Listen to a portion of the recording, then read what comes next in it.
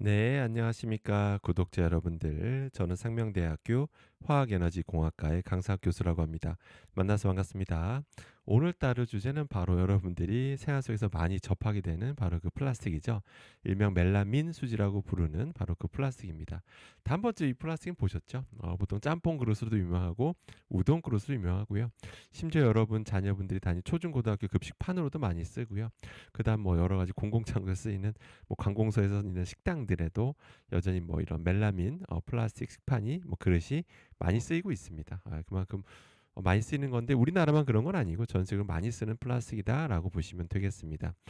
참고로 제가 유튜브를 시작한 지가 만으로 한 4년 반 정도 됐더라고요. 그런데 제 영상 중에 1화가 바로 이 멜라민 주제였습니다. 근데 벌써 시간이 4년 반이 흘렀고요. 이제 또 업데이트할 때가 돼가지고 좀 어떤 거를 이제 조심하면 되는지 이슈가 바뀐 건 없는지 살펴보는 시간을 한번 가져보도록 하겠습니다. 먼저 이걸 어떻게 만드냐면요. 그냥 간단히 말씀드릴게요.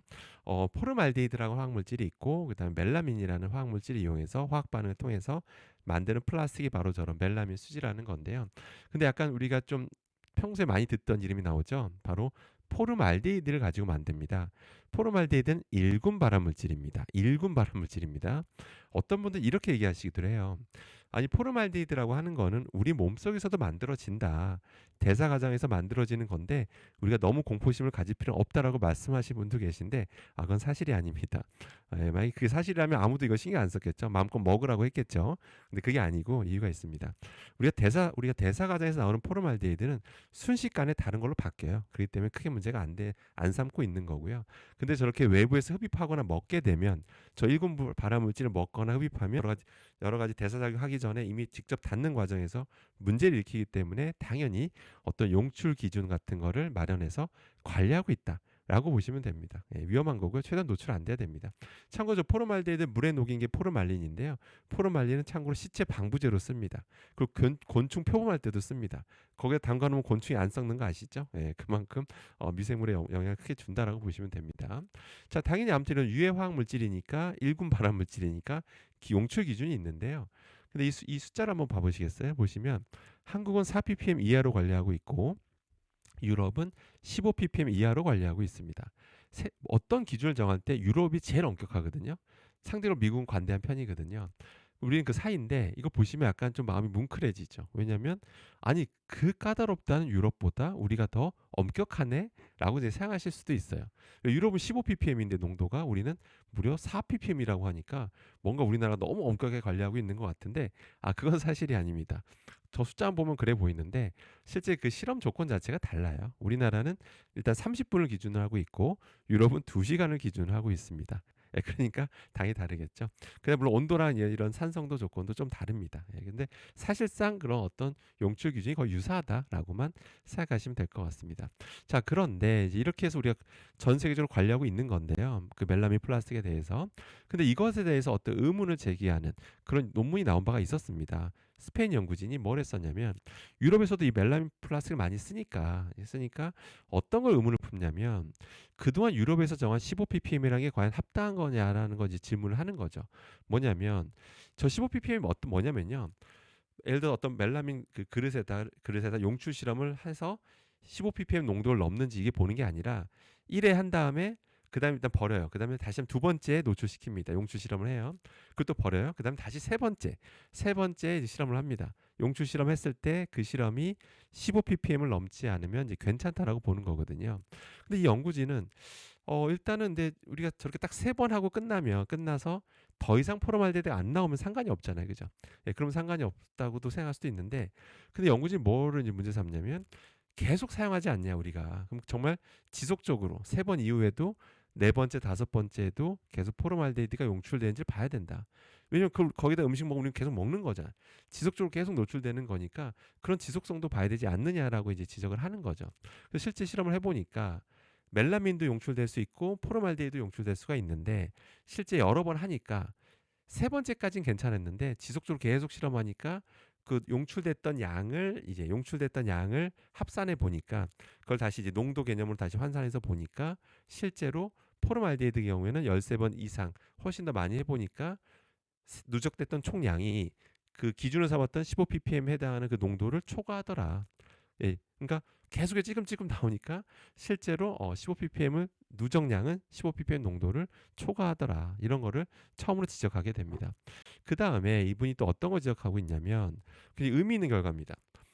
아까 유럽 같은 경우는 세 번째 실험 결과를 이제 채택한다고 했잖아요. 그런데 보통 유해화학 물질이 좀 잔류하고 있으면요. 잔류하고 있으면 그게 보통 처음에 좀 많이 나올 수밖에 없거든요. 보통 일반적으로는 많이 나오고 시간이 갈수록 줄어들면서 결국에 안 나오거나 보통 그래야 되거든요. 근데 여기서 실험을 해보면 여러 제품을 해봤는데 처음보다 오히려 세 번째 실험할 때가 더 포름알데히드가 높게 나오는 경우가 많다라는 걸 지적합니다. 뿐만 아니라 세 번째에서 많이 나오는 것뿐만 아니라 네 번째, 다섯 번째, 여섯 번째 계속 실험하면 할수록 찔끔찔끔 계속 나오더라. 한마디로 거기다 음식을 담아 먹으면 계속해서 포름알데히드 농분이 계속해서 용출된다.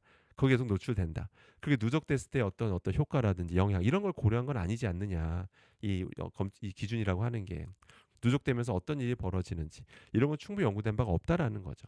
뿐만 아니라 어떤 복합 독성 이런 것도 당연히 연구된 바가 없습니다. 충분히. 그렇기 때문에 아무튼 시간이 갈수록 더 그러니까 세 번째 할 때가 처음보다 오히려 더 많이 나오기도 한다라는 걸 또 최초로 지적하기도 합니다. 자, 그다음에 이제 이런 어떤 이 기준이라고 하는 게 한계점이 있어요. 뭐냐면 바로 온도하고 이런 산성도만 봅니다. 산도만 보는데 뭐 이해도 갑니다만 그냥 온도랑 높은 온도랑 그다음에 산도가 높은 조건에서 용출 실험을 해봐요. 그래서 포름알데히드가 얼마큼 나온지를 보는데 실제 음식 조건은 더 복잡하죠. 훨씬 복잡합니다. 너무 복잡하죠. 거기다 맞춰서 실험할 수가 없으니까 어쩔 수 없이 온도랑 산도만 보는 건데 문제는 일단 우리가 당장 염분도 봐야 되잖아요. 염분이 높은 상태에서, 그러니까 산도가 높은 상태에서 염분까지 높았을 때 실제도 용출도 잘 될 수밖에 없거든요. 근데 그런 조건까지 고려해서 마련한 기준은 아니다라는 걸 꼭 기억을 하셔야 됩니다. 아까 말씀드린 대로 염분까지 뭐 이런 거가 더 많으면 훨씬 더 용출이 더 잘 된다라고 보시면 됩니다. 자, 그다음에 이제 결국 여러분들이나 저나 가장 궁금해한 건 뭐냐면 사실은 바로 이거죠. 우리가 식당을 가나 우리 집에서도 갖고 있는 저 멜라민 플라스틱이 보통 일회용이 아니잖아요. 정말 오랫동안 사용하죠. 오랫동안 사용할 수밖에 없죠. 왜냐하면 너무 좋잖아요. 너무 가볍고 단단하단 말이에요. 이게 진짜 이게 완전히 뭐 박살나서 버리려면 진짜 시간 엄청 오래 걸립니다. 그러다 보니까 진짜 10년 이상 쓸 수도 있어요. 충분히 가능합니다. 그러니까 우리가 보통 몇 년씩 쓰는 건데 우리 식당에서도 뭐 짬뽕그릇에 나오니까 우등그릇에 담겨져 있으니까 그때 오랫동안 사용한 제품이잖아요. 과연 거기서도 오래 사용했음에도 불구하고 포름알데히드가 과연 나오느냐 이게 중요한 거잖아요. 실제 실험 결과도 있습니다. 실험 결과도 있고요. 결론부터 말씀드리면 몇 년 쓴 오래된 제품에도 불구하고 정부가 말한 4ppm 넘으면 안 된다고 했잖아요. 그걸 넘는 결과들이 많습니다. 오래된 제품에서도 4ppm 넘는 결과들이 많아요. 이걸 여러분들이 꼭 명심하셔야 됩니다. 심지어 염분까지 높았으면 그것까지 한 실험이었으면 더 많이 나왔을 겁니다. 이게 현실입니다. 오래된 제품이면 제품에서도 심지어 기준치를 넘는 게 나오더라. 이게 핵심입니다. 예. 이걸 꼭 기억하셔야 돼요. 그러면 뭐 제조된 지 얼마 안 된 건 괜찮냐 이렇게 생각할 수가 있는데 또 사용하면 사용할수록 계속 나오니까 누적된 양까지 봐야 된다라고 지적하는 논문도 있었잖아요. 근데 그거를 차치하더라도 아무튼 오래된 제품에선 실제 기준치 초과되는 게 나오더라. 이걸 꼭 기억하셔야 됩니다. 자, 이런 상황이다 보니까 식약처 입장은 어땠냐면 2018년에 여러분이 검색하면 다 보실 수 있는 내용이고요. 실제 이런 걸 이미 다 알고 있고요. 식약처도 당연히 멜라민이나 포름알데히드 성분이 나올 수 있다는 걸 알기 때문에 자꾸 고온에 노출되다 보면 균열도 생기면서 저런 성분이 용출될 수 있으니 주의가 필요하다. 뭐 이렇게 얘기를 하고 있고요. 심지어 이렇게 너무 이렇게 날카로운 걸 문지르지 말라고 그래요. 세척할 때. 근데 보통 다 하죠. 일반 업소에서는 다 하는데 부드러운 걸로 하라고 그래요. 자꾸 이렇게 날카로운 걸 하다 보면 거친 걸 하다 보면 흠집이 많이 생기죠. 그러면 표면적이 늘어나요. 아무래도 용출량이 더 늘어날 수밖에 없습니다. 그래서 정부에서는 아무튼 균열이 많이 생기고 이러면 교체하라고 이제 권유하고 있습니다. 강제 사항이 아닙니다. 들어본 적 없으실 거예요. 강제 사항도 없고 법도 없고 행정명령 그런 것도 없습니다. 근데 이걸 대부분 사람들이 몰라요.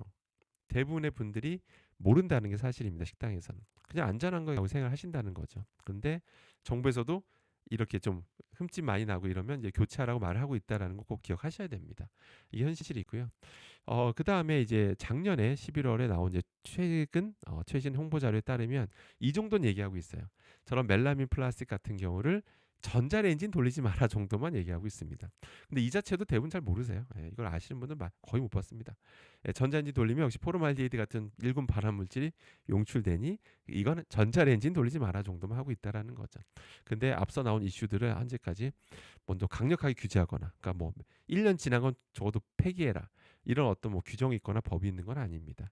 그러니까 공고만 하고 있는 거죠. 근데 공고하지만 아무도 모른다는 게 이 문제라는 겁니다.